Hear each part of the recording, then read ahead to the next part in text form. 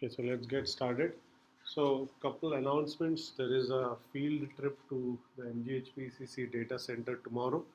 If you have signed up, I will send out an email later today with some logistics of where we are going to meet and when we are going to get started to drive over there. Okay, so expect an email today. That's one. The other is there is going to be a final exam on Friday, as you all know. It is a take-home exam, open book, open notes.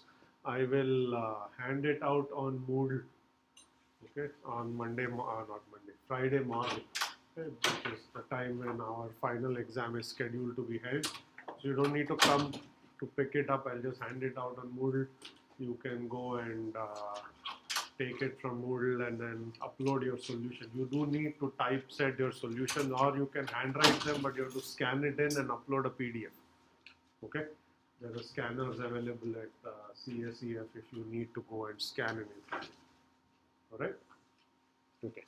So we will talk about distributed middleware today. Just as a reminder, tomorrow is a Thursday class. Thursday, but Monday schedule. So I will have a very final wrap-up lecture tomorrow. A brief lecture. Yes, your question. I wanted to ask around what time will the question paper be given to us to Moodle? I will announce that, but go ahead. And will it cover the entire syllabus or just after? Okay, yeah. So with respect to what it covers, final exam is always cumulative, but it will emphasize the later part of the course because you have already been tested on the midterm. But everything we have covered is fair game, okay? But with the more emphasis on the latter half of the course. Okay, now with respect to time, I think that I usually hand it out whenever the exam is scheduled, which I believe is 8 a.m. You don't have to go at 8 a.m. to take it from Moodle. You can take it later. You'll have about 24 hours, so there's plenty of time to do it. Okay? All right. So let's start with the distributed middleware. So I'm going to do a quick recap of distributed objects. When we had talked about RPCs and RMIs, I briefly mentioned notion of distributed objects. So I'm going to recap that, and then we are essentially going to do 4 case studies for distributed middleware. These are all systems that are available for programmers to write their applications in. So I'll talk about DCOM, which is now become .NET, Microsoft's middleware system. Corba is a Unix middleware system. EJBs, Enterprise Java Beans, are in the Java world middleware system, and Jini is a specific distributed coordination middleware system. So we are going to do not a recap, but a brief case study of each of those systems, so you get some sense of what these distributed middleware platforms do and so on. Okay.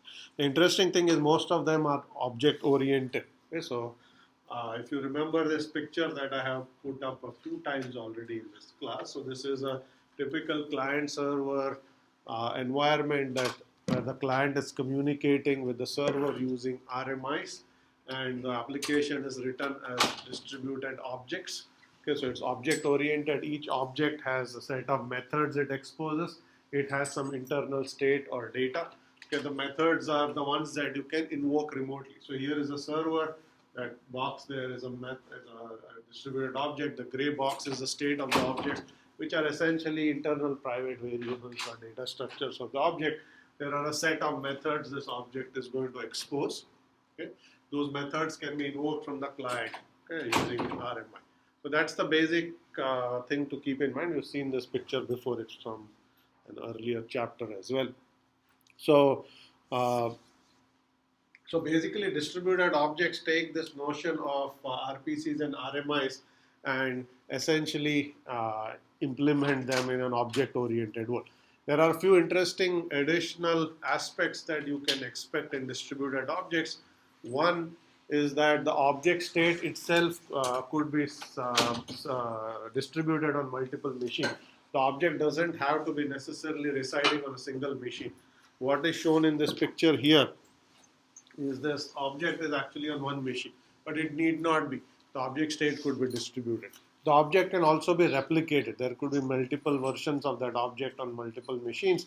When you make an RMI call, that could go to any of the machines. Okay, so there are many such details that we will actually look at in the context of all of our case studies.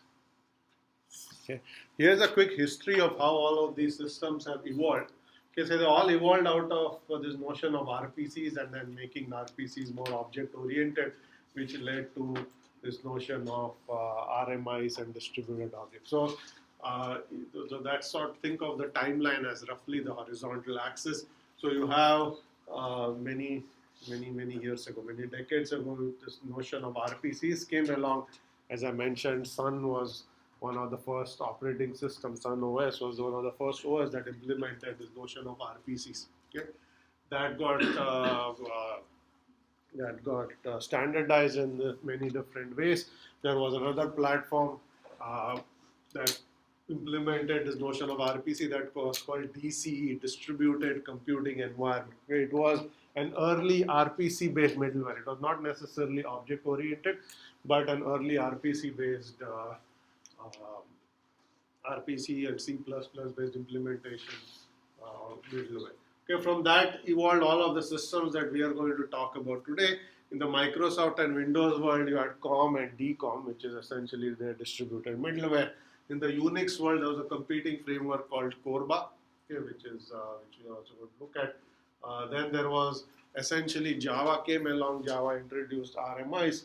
From there, you essentially got enterprise Java Beans, which is essentially the enterprise version of Java. It's a middleware that you can use in the Java world to implement lots of enterprise applications. So that's roughly the evolution of various systems. That doesn't mean some of these systems are not evolving. There are, of course, being modernized and they continue to evolve. Okay. Now, one interesting thing that you will see as we do some of these case studies is some middleware platforms were designed with this grand notion of a distributed system where there were nodes, that nodes could talk to any other node and so on. Okay, so they assume that you have a set of machines, any machine can make RMI calls or invoke objects and methods on every other machine.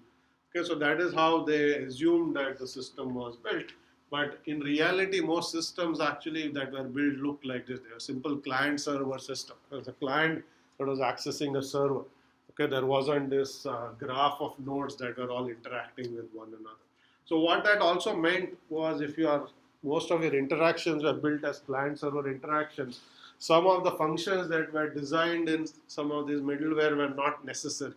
Okay, because if you just have a client-server environment, you can simplify some of these aspects. And this is something we have seen earlier as well when I was talking about SOAP and RESTful Web APIs. If you remember, I said SOAP was designed with the assumption that server applications will talk to one another in arbitrary ways. Okay, so it was fairly heavyweight, but what happened was most of the interactions were client-server for which RESTful APIs were adequate and they basically address that latter environment.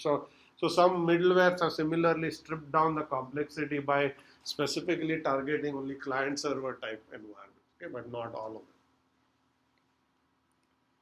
Okay, so we'll start with Corba as the first middleware platform. Okay, in Corba, you essentially have objects and objects have references. Okay, and these references can be invoked from any machine. If you want to invoke an object method, you can pass a Corba object reference as a parameter. Corba object reference can be thought of as a network pointer. Okay, if you remember when I was talking about Java RMIs, I said in Java RMIs you support call by reference and rather than only call by value, and then you can pass a reference. When you dereference this object reference, then you can actually go access the object. The way you would, Corba has the same function, and the way you do that is to pass this essentially a handle that is a network pointer. Okay, a memory pointer is simply a memory address. A network pointer is essentially a more complicated structure which will allow you to figure out what machine is the object on and where it resides and so on. So you will see that this entire field is a reference which has lots of information. But from our purposes, the most important ones are here. So you will see that there's a host IP address embedded in your network pointer. There's a port number in the network pointer, and there's an object key. Okay? So essentially, if you dereference this, it will tell you that the object is going to reside on this machine. You can access it by communicating on that port, and that is the handle or the key of the object, which will have several other pieces of information that we don't need to worry about. Think of it as that is the equivalent of the memory pointer on that machine. Okay, so you will see that in Corba allows you to have a more general version of object references where you can use that object reference to call methods, and the object reference is essentially a network pointer that encodes IP addresses and port numbers and things like that. Yeah. So that's the naming part of Corba. You have all these references that you can go and access. And now we'll come back to Corba in a little while, but let's talk a little bit about uh, Enterprise Java Beans, which is the Java version of the middleware. So here is so EJBs, as they are called, okay, Enterprise Java Beans are called EJBs. They generalize this notion of Java RMI. Okay, Java RMI is supported by any Java implementation. It allows you to write a Java application and invoke methods on objects. Okay. EJBs provide you some higher level middleware services, and you'll see that there are a set of them.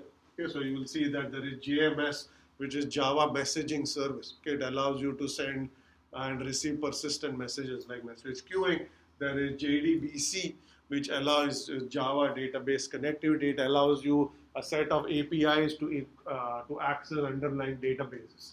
Okay, so if you're writing multi-tier applications, so long as your database platform supports JDBC interface, you can write Java application that just use the JDBC API to call the underlying database. It doesn't matter what platform it is, who built it. There's a common interface you can call it with. So RMIs are already here. There is also other services like JNDI and things like that. Okay, so essentially you take core Java, you add all of these extra services, and then there are special classes that Java EJB support as well that allow you to build enterprise applications. Okay, so it's essentially core Java plus a set of additional middleware services that are in EJBs. Okay. So here are some aspects of building a EJB application. Essentially, like any Java application, you have to define an interface and you have to define an implementation. Okay, so essentially, the interface tells other entities as to what are the methods that are exposed by EJB that you can call. Those are the remote methods. The implementation is the code that gets invoked when those methods are. Okay, so there's always this separation between an interface and an implementation. Okay, the interface has to be specified, and that's what is imported by your clients, and then the clients can call those methods on the interface as well. This is referred to as a remote interface of the business logic, which is the implementation of that interface. Okay, that's the code that you essentially have within an EJB. Okay. Now there are 4 different types of beans, as they call it. Beans are essentially a class or a method. Okay. So you can have stateless objects. Okay, those are called stateless session beans. Okay, you can have stateful objects, okay, which is basically the object has some variables that capture the state of the object, private variables. Okay, you can have entity objects and you can have message-driven objects. Okay. So by default, when we write a class, we are assuming that it's basically going to be a stateful class, okay, which is going to be here. Okay. So essentially, that object will have memory state. They will have variables. When you invoke methods, you may change those variables and so on. But it's only memory state. If you shut down the application and restart it, that state is gone. Okay. If you want persistent state, you want to essentially use an entity bean, which will ensure that Java will ensure that your object state is actually stored on disk. Even if you shut down the application and restart it, your object can be reconstructed based on the state that's stored on disk. Okay, so you have no state, memory state, disk state. You can think of it as disk-based state, which the EJBs will actually take care of for you. And then there are message-driven beans, which are used for messaging. Okay, they are used for persistent message queues and things like that. So you essentially have these 4 classes of objects that you have within J2EE. Okay, if you actually program in using any J2EE, you will essentially be using these enterprise Java beans to write your code. So whenever you declare an object, you have to decide which of these objects is it. Do you have state? If it has state, does the state need to persist across reboots and application restarts, or does it not? If not, you have memory only state. That's your typical Java object, or you can have an entity bean. Okay. So those are all kinds of classes that are available to you when you write EJB application. Any questions here? Anyone programmed in EJBs? Okay. So coming back to Corba, which is what I was talking about with this network pointer. So this is essentially Corba's architecture. Okay, Corba is a lot more heavyweight platform than even EJBs, as we will see. Okay, essentially, Corba is an acronym that stands for Common Object Request Broker Architecture. Okay. At the core of it is what is called an ORB, which is this layer here. Okay, the Object Request Broker, that is essentially the layer that allows various entities within the middleware to communicate with one another. So think of it as a communication layer within Corba. Okay, that enables all of these other entities to just communicate with one another. Okay, so it handles communication between objects and clients. Now, there you will see that there are within Corba there are things called horizontal facilities, vertical facilities, services. So Corba exposes a set of services that you can leverage to build your application. So lots of things that you might write in a normal application, Corba may already support in the form of a library or a service, and you can simply take advantage of that. And I'm going to show you an example list of services. So this table, which is actually taken from the book, just shows you all sorts of services that are available to you. So here are some examples. There is a transactional service. Okay? If you want to implement within your application the notion of a transaction, it already comes to you. You just use the transactional service and you say begin transaction, and transaction, everything is taken care of. Okay, there's a concurrency service. If you want to make your application multi-threaded, okay, you just use concurrency service. Every time a request comes in, it will fork off a new thread for you. You don't have to do pool management or anything like that. Okay. You will see that there is a persistent service. Okay, this service allows you to take an object state, store it on disk, so that when you restart the application, the object state can be reconstructed as if the application never stopped. Okay, it continues without losing that state. Okay. There's a security service. If you want to use secure communication, you want to encrypt communication, use equivalent of SSL and so on, that's also there for you. And there's even a licensing service. If you want to use software licensing for your product that you're selling, even that is built into Corba. Okay, so you will see that there is a fair number of, this is not even an exhaustive list, it's a representative list. So Corba is a fairly heavyweight middleware in that it has lots of libraries, lots of services that are supported out of the box. And if you're writing a complicated application, a lot of these things can be used to make the application design simpler. Okay? Now the flip side of it is, because it is so heavyweight, when you are trying to do something relatively simple, there's a lot of additional baggage that comes with your application. Okay? If you want to write a relatively simple application, lots of these services will just be running and taking up resources but are not getting used. So in some sense, the overhead that the middleware, every middleware is going to impose an overhead. It's a software layer that is going to sit between the OS and the application. Okay? The more heavyweight your middleware, the more the overhead. Okay?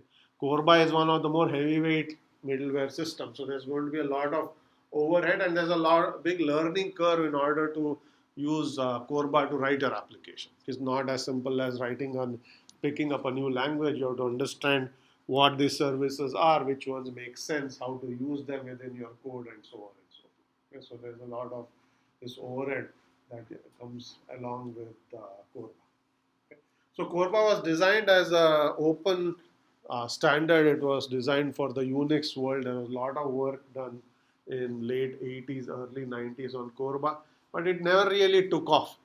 It basically floundered after a while, and the most likely reason is they try to make it too complicated, okay, for the average programmer to pick up. There are some applications that were written in Corba, but not a lot of them. Okay, so essentially it floundered, and there are some simple applications that still exist, but not a whole lot of them.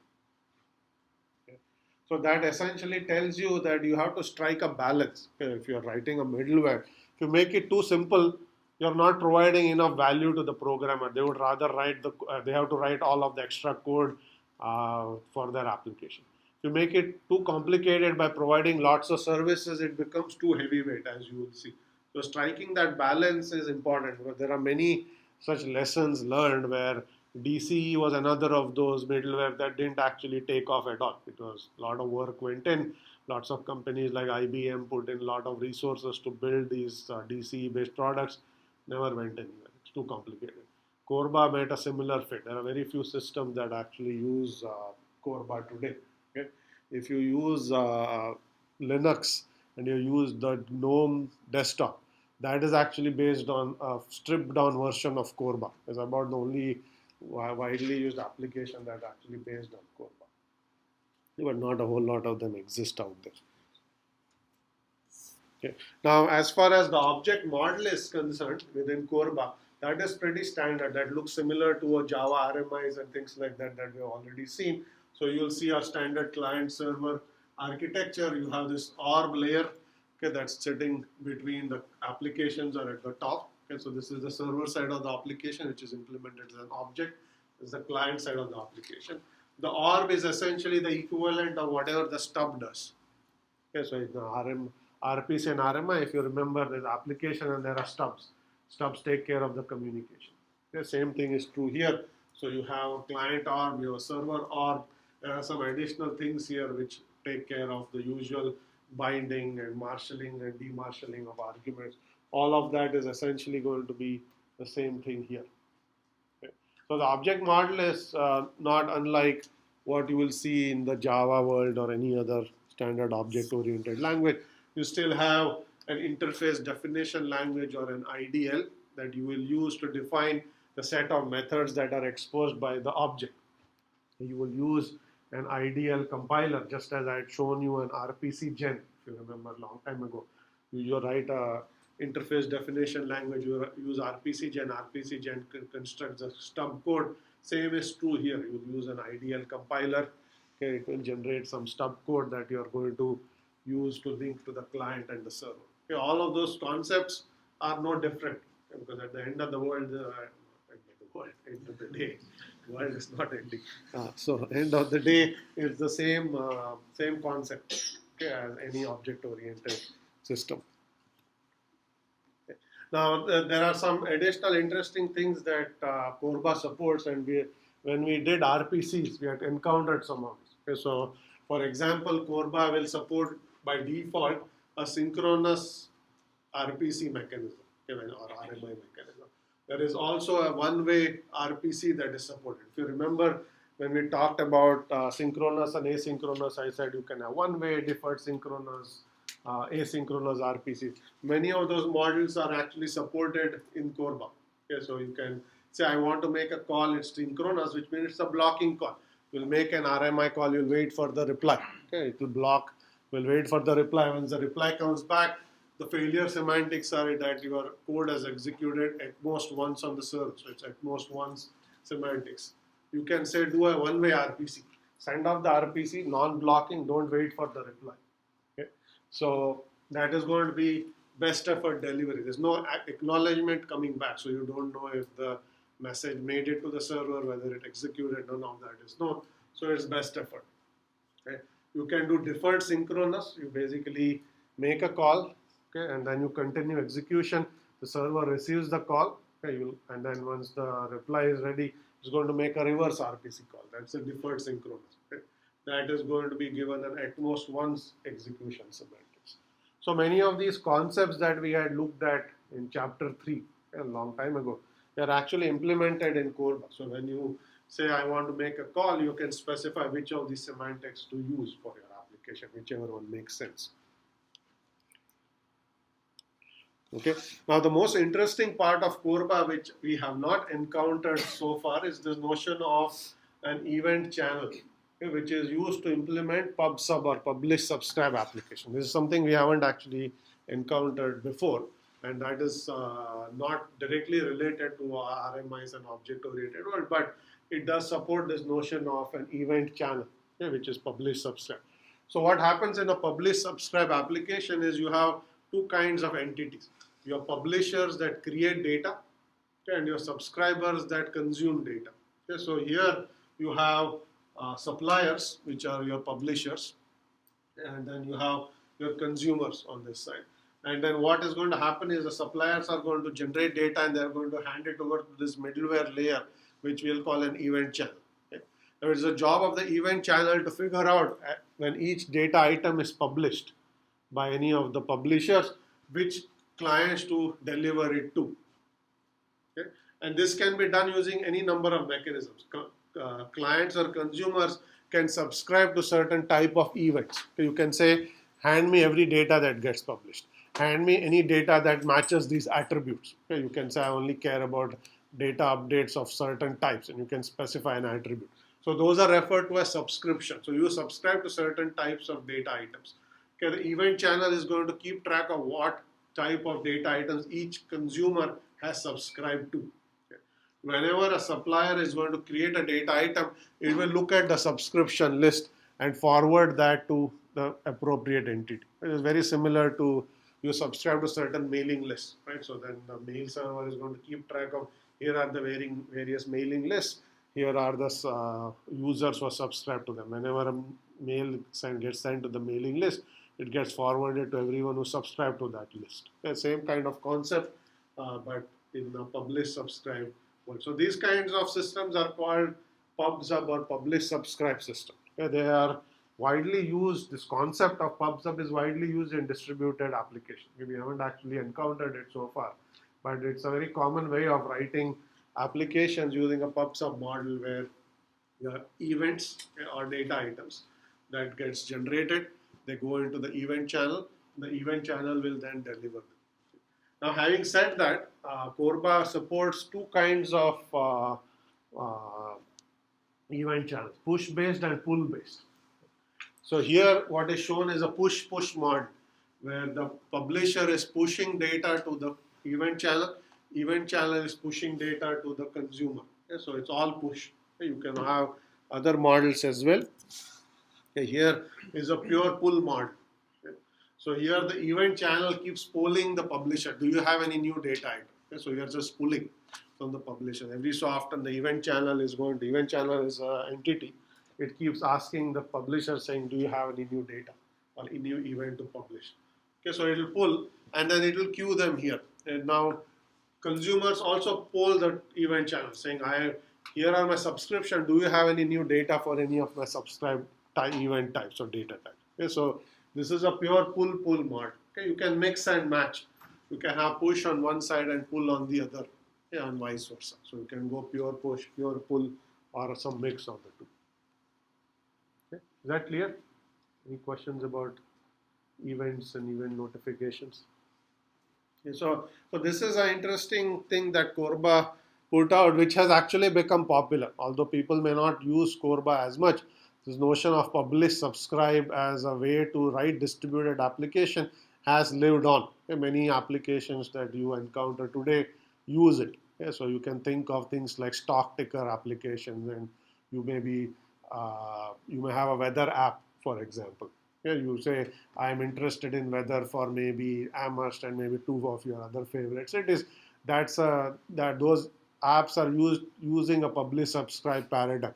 There's a middleware somewhere that is actually refreshing weather data from various sources, and it can push or pull. Okay, so that's essentially a publish subscribe paradigm. Same with stock ticker application. You may say I'm interested in stock updates for these companies, and then your client may either be using a push or a pull based model. There is some server based middleware that is doing a push or a pull to the client based on its subscription. So all of these entities use a publish subscribe paradigm, and many others as well. Okay. So as far as asynchronous RPCs and RMIs within Corba go, there are again two ways to do it. So here is how asynchronous RPCs are implemented. So first client makes a call. Okay, so that's step one. Then the call goes through the stub off to the server. Okay, in this case, the response comes back to the stub. Okay, and then there is a callback interface because the client has made an asynchronous RPC. After the RPC request goes, the client is not blocked, it's continued and is doing something else. Okay? So when the reply comes back, the client has to be notified. That is done through a callback interface. Okay? So this is one way that Corba uses to implement asynchronous RPCs, which is a callback model. The other is a polling-based model. Okay, so in this case, what's going to happen is the client is going to make a request. Request goes off to the server. It's an RPC request, and then the client is going to continue. It's not blocked for the reply. Okay. And then occasionally the client is going to go and poll the stub, saying, "Has my reply come back?" Okay. The stub may say yes or no. If that is no, then you continue doing something else. And then eventually when the reply does come back, when you poll the next time, you'll be told, yes, your reply is here, and then you can then go and fetch the reply. So whenever you have asynchronous RPCs or asynchronous events, the way you are going to be notified is either there is going to be a callback or you have to do polling. Okay? Both of those mechanisms are implemented in Corba's RPC or RMI mechanism. Any questions here? Okay, so that's all I have to say about Corba. I'm going to switch gears and now we will look at DCOM. So this is now all in the world of Windows, okay, middleware that you see, middleware systems that you see in the Windows world. Again, Windows middleware has evolved over the past 25, 30 years. And you'll see that it's becoming very complex, but essentially at the end of the day, the concepts are not very different from whatever Corba does. And we'll see that there are many similarities. There are many layers within Microsoft's middleware interface. We'll see here something called COM, there's something called OLE, there's ActiveX, there's DCOM, and now there is .NET. Okay? Some of these are simple name changes without actually changing anything underneath. Some of them actually add new functionality. Okay? So the original middleware in Windows was called COM. Okay? COM just stands for communication. Simple RPC based system. Okay? So that basically then led to the evolution of what was called OLE, which is object linking and embedding. And I'll talk a little bit about that. And from there, they decided to make it distributed, which led to DCOM. Okay? The original COM was both client and server are on the same machine. You are actually communicating between processes. Okay, this COM layer allowed you to communicate within processes of the same machine, not across machine. DCOM allows you to do what you expect in an RPC world where client and server are not on the same machine. The processes are on different machines. Okay. So once they actually came up with this notion of COM, what they decided to do was to use this communication layer within Microsoft Office, which you probably all know. You can have a Word document, you can have PowerPoint presentation, you can have Excel spreadsheets, and so on. Okay, and often what many users saw was there was a need to take one document and embed it into another.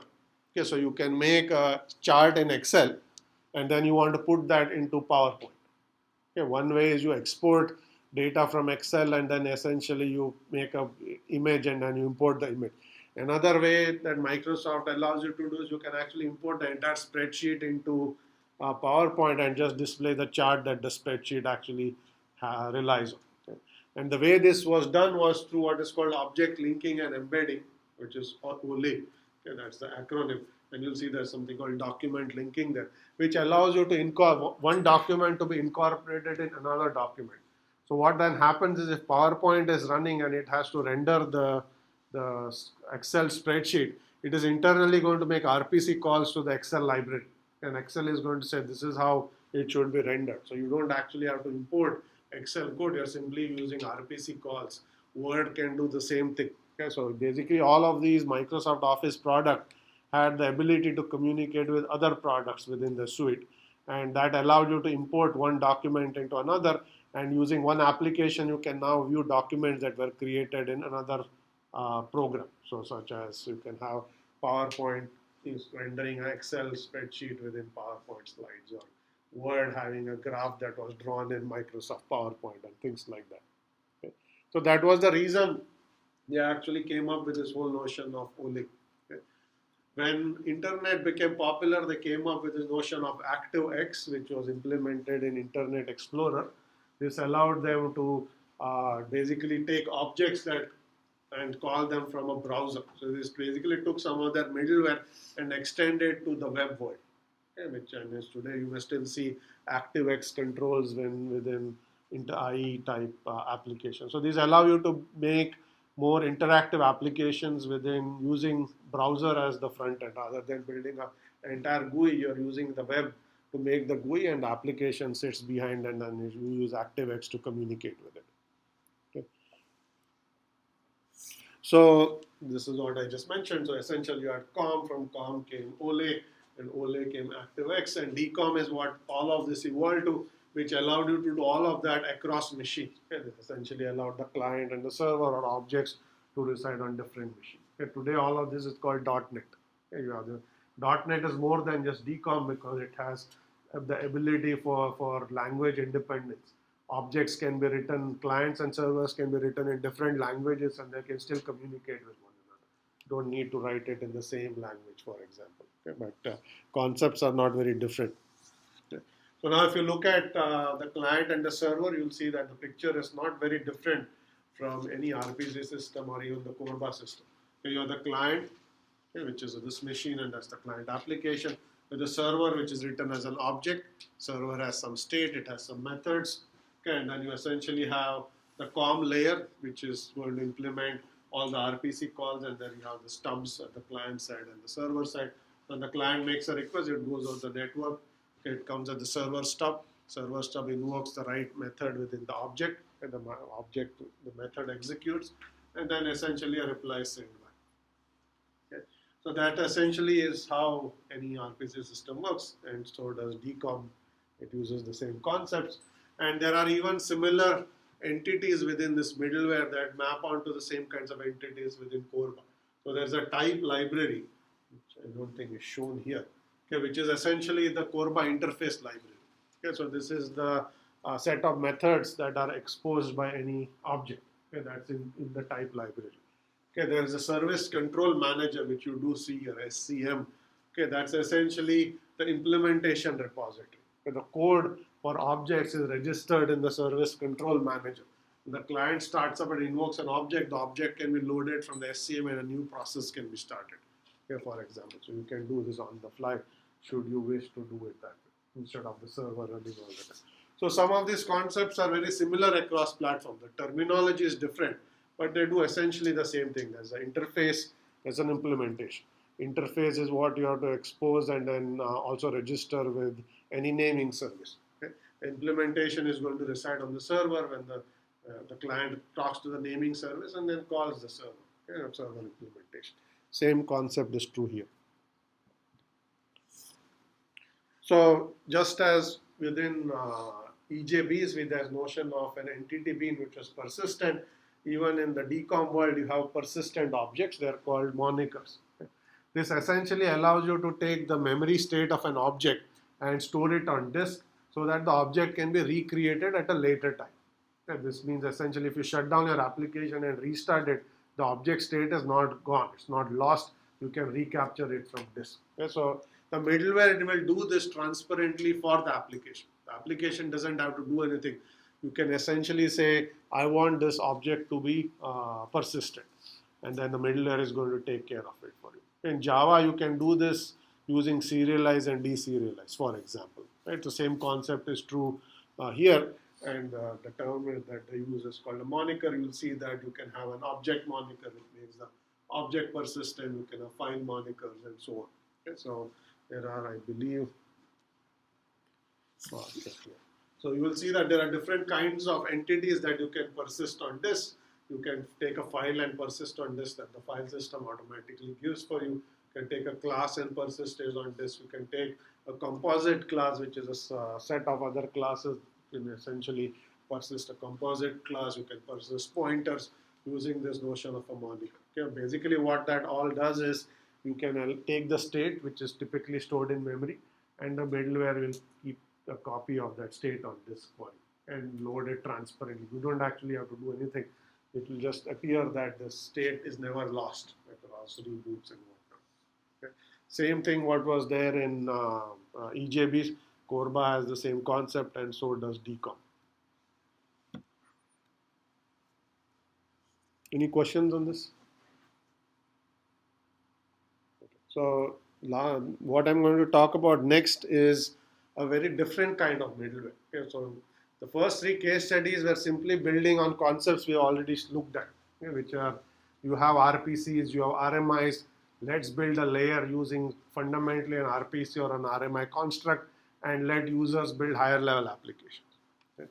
What I'm going to talk about next and for the rest of the class is this notion of distributed coordination system, okay, which is a very different kind of middleware. Okay. Is used to implement uh, a different kind of application, as we will see. Okay, and then the essential idea here is you want to allow what is called loose coordination. Okay, and I'm going to give some terminology and notion of coordination first, and then we'll look at what this middleware is. This middleware is Jini, if you have encountered it, which is a Java-based middleware, but it implements what is called distributed coordination. Okay, so essentially, the way you have to think about this is, let's say you have two entities that want to communicate and coordinate some task. Okay? And the way you can do this is the coordination can happen. If you look at the coordination in the temporal and the spatial or the referential domain, you can be coupled or decoupled in either one. Okay? So if you're coupled in space and time, this is called direct coordination, which means both the entities are running on at the same time and they can directly coordinate with each other. If you have communication or coordination that's decoupled in time, that is equivalent of an email model, where when the sender sends an email to a recipient, the recipient doesn't need to be actually, the recipient's application doesn't need to be running. They can take delivery of that message at a later time. So it's decoupled in time. Both entities don't have to be present at the same time for communication to take place. Direct communication is like you basically chat with one another. You use instant messaging to chat. You basically have both entities active and they are talking to one another. This is equal, if you are decoupled in time, you have email-based communication. So that's a mailbox model. You can have communication that's coupled in time but not in space. What that means is essentially you know what time communication takes place, but you may not exactly know who all will actually be present for that communication. That's a meeting room oriented model. So this is like you call a meeting, you send an announcement saying we are going to meet at 3 p.m. about such and such topic. You send a broadcast, you show up at the appointed time at the meeting room, but you don't know a priori who all are going to come and participate in the meeting. Some people may show up, others may not. Okay? So that's a meeting room oriented model where it's coupled in time. You know what time the communication takes place, but by being decoupled in space, you don't know exactly who are the parties who are going to show up at that point in time. Okay? And the last one here is you can be decoupled in time and space. This is called generative communication. This is the most loosely coupled form of communication, where when you send a message, okay, you don't know when the message is going to be delivered, neither do you actually know who it's going to be delivered to. Okay? So you may ask, what's the point of sending a message if you don't know who it's going to go to and when it's going to be delivered? And we'll see why such a model even makes sense, but that's basically what this very loose form of coupling allows you to do. You essentially publish data items or messages without knowing when delivery is going to take place or who is even going to get this message. Okay, so that's essentially generative communication. That's a middleware we are going to look at next. Okay. So first of all, I can sort of give some examples to illustrate why this kind of communication makes sense. So this is all these kinds of middlewares are also called blackboard architectures or bulletin board architectures. So the reason they're called that is they essentially use a bulletin board based model for communication. Okay, so think of you have a bulletin board in our kitchen. Okay? Anyone can go post a note. Okay, so that's the way you communicate. When you post a note, you don't actually know who is going to see the note and who's actually going to take delivery of whatever message you have on the note. Right? So you can say, I am moving next month, I want to sell some furniture. You go and put a note, and then you say you have some tabs which give you a phone number. When you publish this note, you don't know if anyone is ever going to see it. You assume that they will. Neither do you know who is actually going to be interested and take delivery of whatever that tab is. Okay? But some people at some later point see your note. Some people may not care that you are moving. They don't need any furniture. Others may be actively looking for furniture. So they may say, okay, I think I'm going to call this person and see if I can buy some furniture from them. Okay? So the idea here is, but when you publish the note, you didn't address it to anyone specifically. You just basically put it out there. assuming that at some arbitrary later point in time, somebody may actually be interested in it and get your message. Okay? That's exactly the analogy for this distributed coordination model. Entities are going to publish some note. Okay, and think of now a virtual bulletin board. There's going to be a shared tuple space where these notes are going to land up. Okay? Other entities at some later point may go around looking for something. Okay? If they find a match, they will take delivery of whatever data item has been published. And if there's no match, there's nothing you can do. If you are looking for a car and you go at the bulletin board, there's no announcement for a car being sold, then there's nothing you will actually get out of that query. Okay, the same is true here. Okay, so this is referred to as a bulletin-based model. It's a very loose form of coordination, okay, because when you published your message, you didn't address it to anyone. Okay? Every messaging system we have seen, whether it's email or instant message or RPC, client is addressing a server. Client doesn't just put out an RPC saying whoever wants to service it, please do. Okay, that's not the way it works. You actually address it to a specific server. Okay? In these kinds of applications, you don't. You can publish messages without any intended recipient at all. Okay? There is no guarantee that there will ever be a recipient. It just lands up on this shared tuple space. No one may come looking for a message of this point, in which case it never gets delivered to you. So there's no, that is why it's decoupled in time. And there's no guarantee of delivery. Okay? It's also decoupled in space because it's not addressed to anyone. Okay? So essentially this is the notion of coordination, loose coordination using a bulletin-based model. The middleware we are going to look at is one called Jini. It's a Java-based middleware that was designed for this specific purpose. And now you can ask for what kind of applications, now forgetting a real-life bulletin board where you're trying to sell something, what kind of applications may actually want to use a bulletin-based model? And what would you publish as an application that would sit on this virtual bulletin board and get delivered at some later time? Can you think of anything?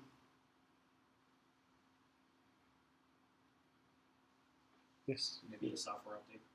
If Okay. any client queries the system, they know that there's a new version if you left it on. Okay, so it could be software updates. Okay, essentially anything that involves discovery is a good use case for bulletin-based model. You want to look for something. Okay, you don't know if it exists, but you are going to go find it. And a good example for this is you want to go and print something in a new environment. You don't know if there's a printer or where the printer is, but if there is one, you want to find it and you want to print to it. Okay? So if the printer announced its presence by putting a note up on this bulletin board saying, I am a printer on the 3rd floor, here is my IP address, okay, and this is whatever driver that you need to use and so on. Your machine could then just go and discover a printer and say, here's the printer that's near to you. And then you essentially go and find that printer and you print on it. Okay, so that's what is called a discovery-based model. Okay, there are many systems use this. Okay, so if you actually use Macs, they have a system called Bonjour, which used to be called Rendezvous at one point, which allows you to publish services. Okay, you can go around looking for whatever service you want on the bulletin board and go and take delivery of it. Okay, so you can say, I want to share my iTunes library. It will go and publish itself. It's advertised, it's present. You can go connect to it. You can say, I'm a server. Okay, I'm going to publish, I can provide HTTP service, SSH service. You can go and say, okay, I want to connect to that server. Okay, if you actually use a Mac, on the Finder window, you will see that there will be a list of shared services that automatically show up many times. And I'm going to show you some example. All of them are basically, they're not built using Jini, but they are built using a similar coordination-based model.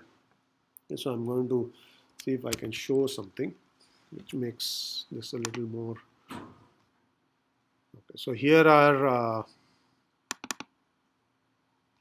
so if you see here,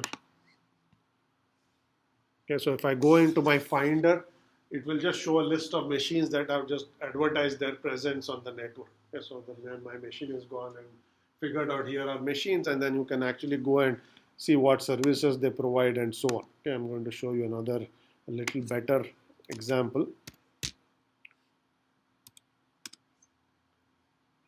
Okay, so this is a browser that basically goes around looking for all advertised services, and you will see and it found a bunch of them. Okay, so here you will see there's internet printing protocol, and if you actually go and look, it will show that it found 2 printers that have advertised their presence. Okay, so in this case, you can just go tell your machine go print on a newly discovered printer. Okay, so that is right there. You will see that basically there are machines that are basically running HTTP servers. They actually happen to be the same printers, but anyone can advertise their presence. And here are machines that advertise SSH as their service, Samba services. So the whole set of these services that machines can go and advertise. You can go discover them and then basically use the services. You don't need to know whether they exist before you show up. This list keeps getting updated as new services show up. You can use them. Okay, that's sort of what is called a discovery-based service. What goes with the discovery-based service is what is also called zero con, for zero configuration, where the services that are advertised are designed to be used without configuration. It's one thing to say, I found a printer, but if now you have to go download a driver and then install the driver and spend 15 minutes configuring it, the fact that you discovered the IP address of the printer doesn't make much, give you that much value.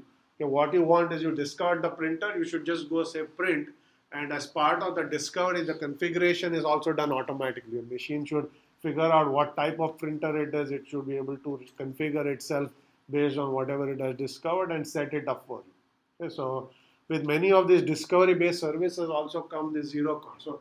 So this has also become useful in system administration. Okay, whatever was mentioned about software updates, pushing out patches automatically, many of them are done through many of these services where you advertise. Okay, you basically you don't actually need to take any manual action. Things are done automatically for you. Okay, you can print to a printer without having to configure it, or your system can auto update itself by downloading the latest of security updates. All of that is done automatically. Your system can go discover whatever you need and do the right things for you. So a lot of this stuff is also used heavily in system administration type scenarios to make life simpler for users. So users don't have to go and do a lot of administering of their own machines, which many people don't really want to deal with at all.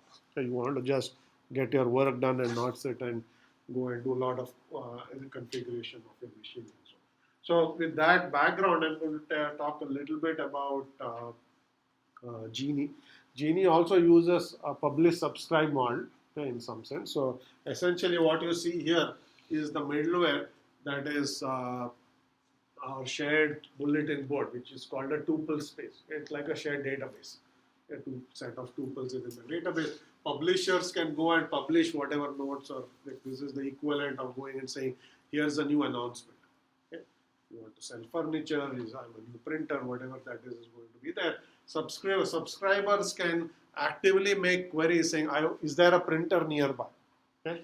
Is there a DHCP server nearby, or whatever your query may be? You can actually make a query to the tuple space, or you can publish a not publish, but you can send in a subscription saying, whenever there is an update to this type of event, whenever a new printer shows up, let me know. So I have always an up-to-date list of nearby printers. Okay. So in that case, you have a subscription, and then whenever a new event that matches your subscription shows up, it's sent to you. Okay. So this is essentially how Jini is going to use publish subscribe as its basis for communication. Okay. So here is an example of a tuple space, which in Jini world is called a Java space. It's essentially a simple database of key value stores. Okay, so here you have an entity that's written A. This is basically published announcement A. It's another entity that published announcement B. Here's an entity, a client that came along and says, look for tuples that match criteria T. Okay? And then this tuple C has matched it. Okay? At this point, you will read C, but you also have the option of removing it. Okay? If there was only one intended recipient and you got delivery, you take it out. Or if it's a node that's meant for multiple entities, you leave it there. Okay? So you're always going to read anything that matches, but the option of removing it is depends on what kind of node you just read. Okay? So this is essentially how Java spaces are going to work within the Jini. So when you write an application, the Java middleware is going to provide you a Java space. Okay? You have to decide what you are going to publish and what entities are going to actually look in the Java space and either subscribe to events or then go and query for those events. So here is a notification based service that Jini provides. If you're subscribed to something, so here you essentially say, I subscribe to all events of type T. Okay, so whenever some new update arrives that matches this criteria, let me know. It's not a poll based, it's a asynchronous notification. So once that subscription has been put in the system and later on C is published, then you will basically get notified saying new event has occurred or new data item has appeared that matches your criteria. Here it is. Okay, so you are going to be told, and then the application, as I said, can read it and optionally remove it if it needs to. Okay, so this is also implemented within Java spaces. So there are a couple of other details within this middleware. One is you basically have the Java space is a distributed entity. I presented it as if there's one bulletin board. Okay, but think of it as if each floor of the building has its own bulletin board. Okay, there's the first floor bulletin board, second floor, third floor bulletin board. So one thing that could be done is you go and if you want to publish something, you go and publish it to the nearest bulletin board. If your office is on the second floor, you are going to post it on the second floor bulletin board. So if you do this, then you basically, when a query comes in, okay, queries have to be broadcast to all of the tuple spaces, okay, so that you find all matching entities. So if you are looking for somebody who is selling furniture, if you just only look at your local bulletin board, you will have incomplete information because there may be notices on other bulletin boards that may match your criteria. Okay, so if you are going to publish in one location, when you are querying them, queries have to be sent to all locations. Okay, that's one model. Okay. The other model is essentially where you basically publish everywhere. Okay, so when you go and post a notice, you will go and post it on all bulletin boards. Okay. Then when you are trying to query, you only need to query locally. Okay, so you have these two options. So here what is being shown is first option is you can essentially if you broadcast writes, which means writes go to all tuple spaces, then reads are local. Okay, once you go on and put notes everywhere, then you only need to go and look at your local one because every note has been put in every bulletin board, so you don't need to go query everywhere. Okay, the other option is the other way around, where a write is local. This is the equivalent of going and putting the note to only one. Okay, in this case, reads have to be broadcast, and you have to go and query every tuple space and do you have a matching node, or you have to basically have notifications come from either one. Okay, so both of those models are supported within the GD one. Okay, the tuple space is distributed. When you configure it, you have to say, are writes going to be broadcast or reads are going to be broadcast? So if you decide to broadcast writes, reads are local, queries are local. If you decide to broadcast or have writes be local, then queries have to be broadcast. You have to ask all the tuple spaces so you get the right answers. Okay, so both of those models are supported within the Jini world. Any questions here? Okay, so I think that I am actually done with all four. So I'm going to do a quick wrap up. So we studied 4 different middlewares. Okay, we basically looked at Corba, which is actually the most, the earliest of the 4 in some sense. Okay, so the reason it did not take off is it was too heavyweight. Some of those lessons were learned, and you will see that EJB, which is the middleware in the Java world, is much more lightweight. Okay? When I showed you the EJB picture, you'll see that there are only 4 services there, not 20 services that Corba had. Okay, so they made it more lightweight. They said which are the most useful middleware services that users care about. Let's only implement those. Everything else, let the application programmer deal with. Why should we go and write a service for every conceivable need we can think of? Okay, so later middleware like EJBs were much more stripped down, and the same thing has happened in the Windows world. Okay, all of Microsoft middleware platforms have been quite successful. A part of it is, if you're in the Windows world, you don't have too much choice. You're stuck with whatever the platform provides you. But part of it is they actually had a reasonable design choice where they didn't try to overload the middleware by putting too many services into the middleware platform. Okay, so that's Corba, EJB, and DCOM. Okay, so those are all object-oriented middleware. And then the last one, which is Jini that we talked about, is very different. It's meant for very loosely coupled communication. Okay, it's a bulletin board architecture. Many applications use bulletin board architecture. Have a specific need based on publish subscribe. Okay, they're decoupled in space and time. Yeah. And the most useful use case, and that actually exists today, is system administration. Okay, for services to announce themselves, for users to go find those services without having to call someone saying what's the IP address of the printer. Your machine discovers the printer and it knows the IP address. So all of this, it reduces manual administration overheads. Okay. Hand in hand, what goes hand in hand with that, which I didn't talk about a whole lot, is this notion of zero configuration. Okay? That's another important aspect of many of these distributed system administration, where the systems configure themselves when they've figured out what service they want to use.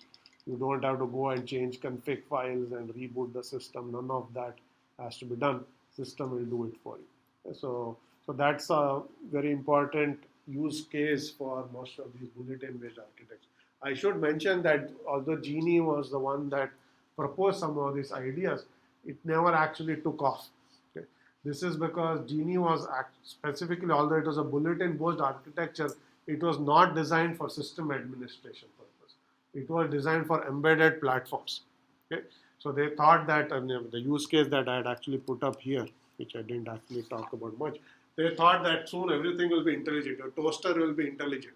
So your toaster will then run a Java app that will announce itself saying, I'm a toaster, and people will do something with it. Obviously, toasters are not intelligent. So that use case of putting a very lightweight middleware into devices, into embedded devices, never actually took off. But today with Internet of Things, it's becoming a little more real. But that is what Jini was designed for. It never came about, so it sort of hasn't taken off a whole lot. But those ideas live on in other contexts, as I mentioned. So you will see Windows has automatic discovery services, and Mac has discovery-based services. Even Linux has discovery-based services. So all of those ideas came from the Jini one.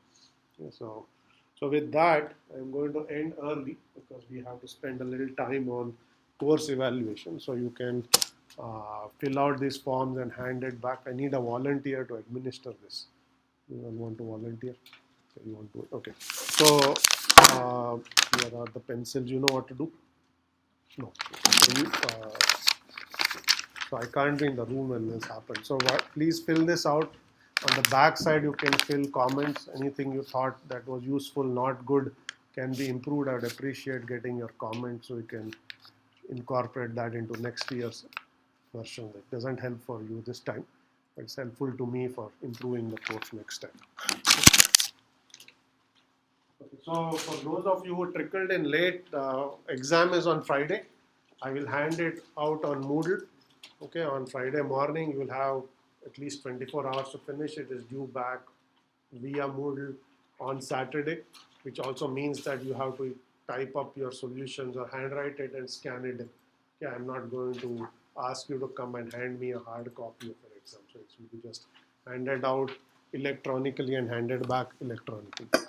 And if you have signed up for the field trip, I will send you an email about the logistics of when we are going to meet tomorrow around 3 o'clock and then how we'll get there.